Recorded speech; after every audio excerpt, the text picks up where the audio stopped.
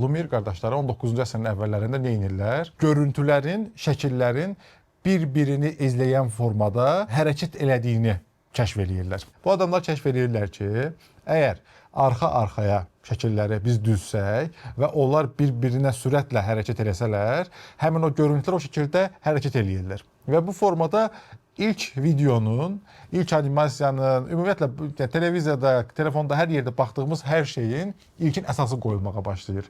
Necə ki, məsələn, IMAX indi kameralar şeylər deyirlər, filmlər çəkirlər məsəl üçün. Orada ayrı-ayrı kadrlardır. Sadəcə o lent içəridə çox sürətlə hərəkət eləyir. O şəkillərin də içindən bir dənə arxadan bir işıq vurur. O şəkillər onun üstündən sürətlə keçdiyinə görə ekranda şəkillər bir-birinin dalınca hərəkət eləyir və ekranda video görüntüsü əmələ gəlir. Deməli, o vaxt televizorlarda necə idi? Ortadan qara xətt gedirdi. Ortadan gedən qara xətt məhz o iki kadrın ortasında olan həmin o hissə idi ki, o çox sürətli keçmirdi deyə həmin o qara xətti biz görə bilirdik.